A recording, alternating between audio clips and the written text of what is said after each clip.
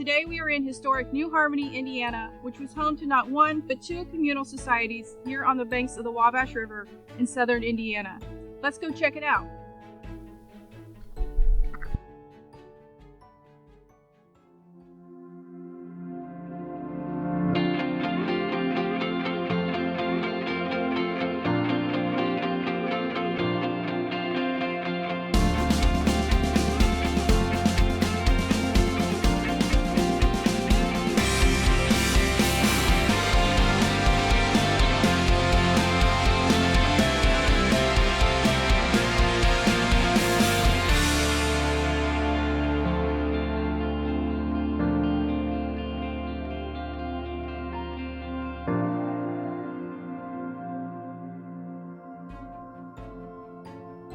Today I will be interviewing Mike Linderman, Western Regional Director of Indiana State Museum and Historic Sites. Hi Mike, how are you today? I'm good, Ann. Can you tell us a little bit about the founding of New Harmony? Yeah, New Harmony was founded in 1814 by a group of people we refer to as the Harmonists. They came from Pennsylvania here to Indiana to have a new start, and they lived here for about 10 years, sold the whole town to a Scottish industrialist named Robert Owen, who then brought in what we call the boatload of knowledge. And these were people, high-thinking individuals, scientists and whatnot. And then 2 years later, that whole idea collapsed here, and it became basically what we have today. So this was known as a utopian society? Correct. So they had all kinds of artists and scientists, people with lots of knowledge here, kind of concentrated in an outpost, really, on the frontier. Exactly. With the second group, that was the case. The one problem was, though, they were not real hands-on as far as taking care of the property. And that's pretty much why the community failed. So there was some discord between people in the community. That, and there was a whole lot of people who had high-thinking ideas, but they didn't know how to manually take care of a place like this. Okay. So the second group that came, the Rappites, they established the Working Men's Institute. Mm-hmm. And what did they do there? The Working Men's Institute, I believe, is the first public library in the state of Indiana. And today, it's still the town library. And there's a huge collection of natural history specimens and things like that there. Now, they still do research there, correct? They do. The Indiana State Museum helps them sometimes once a year, helps to catalog the enormous collection that's there. What kind of collections do they have? I know the mussel shell collection is enormous. Ron Richards from the State Museum, that was one of his things to come down and take care of and catalog. I actually helped with that when I was in college. Yeah, so everyone has, I think. Yeah. So after about 1827, this was just a regular community. It was a farm community from there on. Okay. Even though it was a farming community, this has maintained its reputation as a learning community ever since then. Correct. And then you had strange things like an opera house. One of the converted dormitories became an opera house. And a very well-known traveling troupe called the Golden Troupe based their operations out of New Harmony, and then they would travel and they would return here in the winter. But yeah, for a small town with an opera house, that's pretty impressive. Now, a lot of the historic fabric here remains as it looked in 1814 or 1827. And this is a joint venture run by the University of Southern Indiana and the Indiana State Museum? Correct. It's all under the umbrella of Historic New Harmony Incorporated. Okay. And they do tours and have festivals and things like that? Correct. Now, we're standing in what's called the Labyrinth. Correct. Which is not actually a maze, right? No, this is a spiritual location where you wander through it, and when you reach the center, you reached enlightenment. It's sort of a representative structure for that. This is not the original labyrinth, however. The original labyrinth was several blocks to the north of where we are right now. This was reconstructed back in the 1930s. Okay, and we have the temple here behind us. Correct. That's where enlightenment happened. So you would just walk through, find spirituality, deep thoughts, yeah, and then end up in the temple. Yes. Okay, very good. So in the spirit of continued arts and science and things like that, there are some newer buildings here in New Harmony. Correct. One of the most famous is the Athenaeum, which is the visitor center for Historic New Harmony. There's the roofless church, another architectural gem here in town. So, yeah, it's a huge contrast with the historic structures we have here in town. I think New Harmony is unlike anywhere else that I've ever been. It's a very unique small town. It is. It's off the beaten path, and when people do arrive, they're very surprised of the strange contrast between the modern structures and the historic structures. And then you have just your basic local people here also that adds to the flavor of the whole town. I think that they are very good stewards of the town. They are. They're very proud of it, and they'll let you know about it. Yeah. But you can come here and take tours. There's lots of stuff to do here in town. Yeah, there's antique shops, there's art galleries. Like I said, it's a huge surprise when you actually arrive here and see what's in town. But you're right, it is kind of out in the middle of nowhere. It is. You have to be wanting to come here. Yeah. Mike, you mentioned the Opera House. Do you want to go check that out? Sure, let's go look at it. Awesome.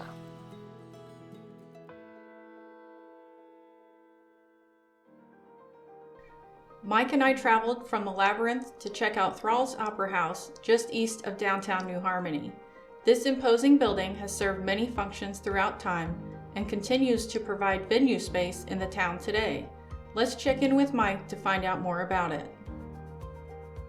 So this is Thralls Opera House. It's one of our properties here under the State Museum umbrella in New Harmony. What year was this building built? This was built in 1824 by the Harmonists. It was the last dormitory they constructed. There were 4 dormitories total. They used it for about a year, not as a dormitory, and then they sold the town to Owen. It later became a hotel, a rooming house, and then in the 1870s, a local man by the name of Mr. Thralls bought it, gutted the building, and turned it into an opera house. And it was that way up until about 1910, and then it was converted into a gas station. Whoa. So where the front doors of the building are today, you would drive your car right inside, and there was a lift and all of that. There were gas pumps along the street. And then in 1966, it went to the State Museum and Historic Sites, and it was restored back to the Opera House appearance that year. Awesome. What other buildings around town does the State Museum own? We own the Community House number 2, which was 2 prior to this building here. We own the Fauntleroy Home, which was a Harmonist structure, and then later more history happened there throughout its tenure.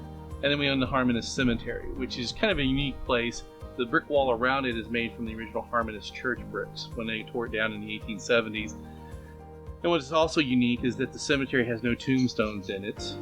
The Harmonists were all considered equals, and no one had a tombstone to separate one from another. And there are also some Native American mounds within the walls of the cemetery as well. That's really interesting. Yeah. So people can come and tour these properties through Historic New Harmony? Correct. Go to the Athenaeum Visitor Center, and there's where you buy your tour tickets, and they'll show you everything we have. Awesome.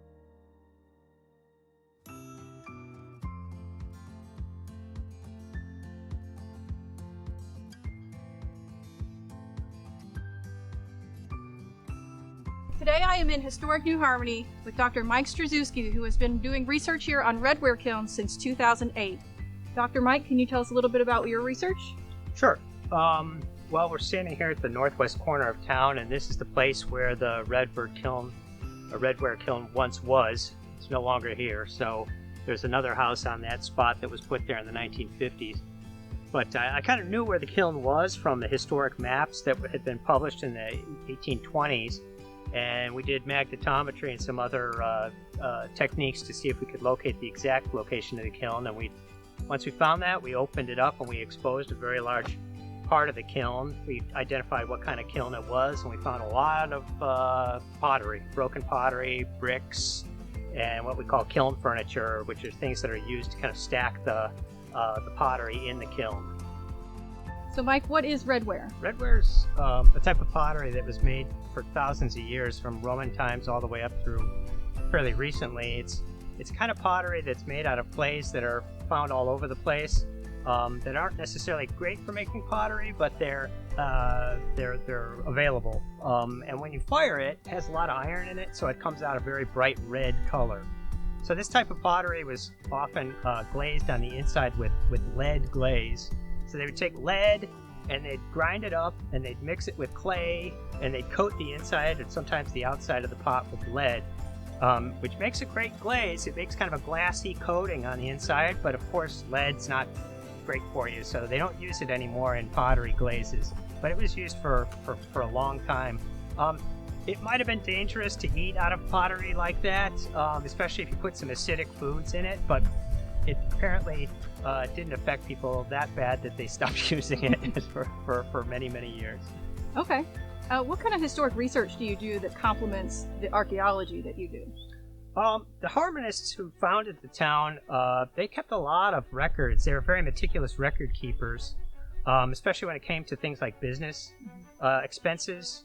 So I have a lot of documents that concern the operation of the pottery. I know when the kiln was fired, the dates, the exact dates that it was fired. I know, in some cases, how much the pottery was worth. I know how much the supplies were ordered and all sorts of different things like that. What's kind of missing from the historic documents in New Harmony are just these kind of day-to-day observations. You know, the harmonists themselves never wrote down a diary like, here's what I did today, that sort of thing. It's sort of the personal touch is sometimes missing, of course, from business documents. And I think that's a lot of what archaeology can do, is kind of add that little detail of everyday life that might be missing from the documentary sources. Mm-hmm. So you mentioned resistivity and magnetometry. Can you talk a little bit about those methods? Sure. Magnetometry is a method that we use all the time in archaeology to find things below the surface. You know, people always ask me the question, how do you know where to dig? And this is one of the places that, or one of the ways that we do know where to dig. It's an instrument that detects small variations in the Earth's magnetic field. And the reason that there are these variations is because people do things. You know, people bury things, houses burn down, things get, you know, pits get dug, ditches get dug, and that sort of thing. And it slightly changes the Earth's magnetic field in that spot. So when we pass the instrument over the spot, we can detect things that are below the surface, and it gives us a good idea of where to dig. And resistivity is, like I said, it's another method. That one works on looking at different electrical properties of the soil. So we stick a probe in the ground and we inject electricity into the soil, and then we can make a map of the electrical properties of the ground, and we can look for things like disturbances and stuff like that. So we're able to find the kiln pretty precisely with those instruments. So you had a pretty good idea of where to dig before you even came out here. Yeah, a pretty good idea. Oftentimes it'll give you kind of a suspicious, I call them suspicious blobs, but it was a suspicious blob on the map that we produced that said, this looks like it might be a good place to test out. And we put some test units in that spot, and sure enough, that's where the kiln was. So we got lucky. And you are a professor at the University of Southern Indiana, so you bring students out here and they learn how to do archaeology, right? Yeah, that's part of it. I mean, part of it is instruction and how to do archaeology. Students learn how to map, they learn how to dig, they learn how to identify artifacts and all those sort of skills that are necessary for running an excavation or participating in an excavation. So what happens, you come out here and you dig, and then what happens to all of the artifacts that you dig up? What happens after that?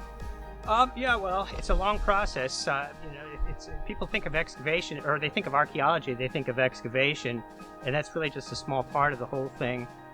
There's a lot of time spent in the lab with washing all the artifacts, cataloging the artifacts, and then the analysis and writing up the results of what we do. That takes a lot longer than the actual digging. Yeah, we wound up with a whole lot of artifacts from New Harmony over the years, and they reside at the archaeology lab on campus at USI. Okay. So Historic New Harmony is a collaboration between the University of Southern Indiana and the State Museum and Historic Sites. Correct, yeah. Okay. So you know the particular potter who built this kiln and used it, correct? Yeah, his name was Christoph Weber. He was born in the late 18th century, and he died in 1863. So we have some detailed information about him. He lived in a cabin right across the street from the kiln here, and he had his shop in this area. He came over to the United States with George Raff, the founder of the Harmony Society. He came in 1805. He lived in Pennsylvania, and then he moved here with the Harmony Society, and he left when the Harmonists left as well. He had a son whose name was Elias Weber, and one of the things we found during our excavation was a piece of a base of a pot that had the initials EW written on it, and kind of like childlike handwriting, and it was a very crudely made pot too. So I know this had to have been a pot that was made by his son, and was broke and was deposited at this site. So that's what I'm talking about with those like kind of tiny little touches of personal human lives that you can get with archaeology that you can't always get with the historic documents. That's amazing. Yeah, it is really amazing. It was fantastic that we found that. The other kind of interesting thing about Elias is that he eventually stole a boat when they moved back to Pennsylvania, and he came back here and left the Harmony Society and never came back again. I brought some things to show you if you'd like to have a look. Yeah, let's go check them out. Right. Okay. This one here is a piece of a plate that Weber made. And this would have been something that the Harmonists used inside of their house. And it's got some designs on here that's called slip trailing. This was a type of design that was used a lot by redware potters, especially in Germany and England and that. And you see it on the East Coast a lot, but not very much on the Midwest. The potters around here didn't use it a whole lot, so this is a little bit unusual. But he was a master at making this slip trail and stuff. The other one I brought is a type of pottery that would have been used around the house. This is it's glazed on the inside only because that's all it's used to keep it watertight. It's not for decoration or anything like that. But this pot was a basin, maybe for washing or something like that. But what Weber did is he made a little spout at the corner here, and this was found at the Harmonist Shoe Shop excavation. So I don't know what it was doing there, but it was found at the Harmonist Shoe Shop. And it obviously was broken in a lot of pieces, and we had to reassemble it to make it whole. But yeah, it makes for a very good glaze, and it works real well on redware pottery with the temperatures of the redware pottery and how it's fired. Awesome. Well, thanks for showing me that stuff today. Certainly.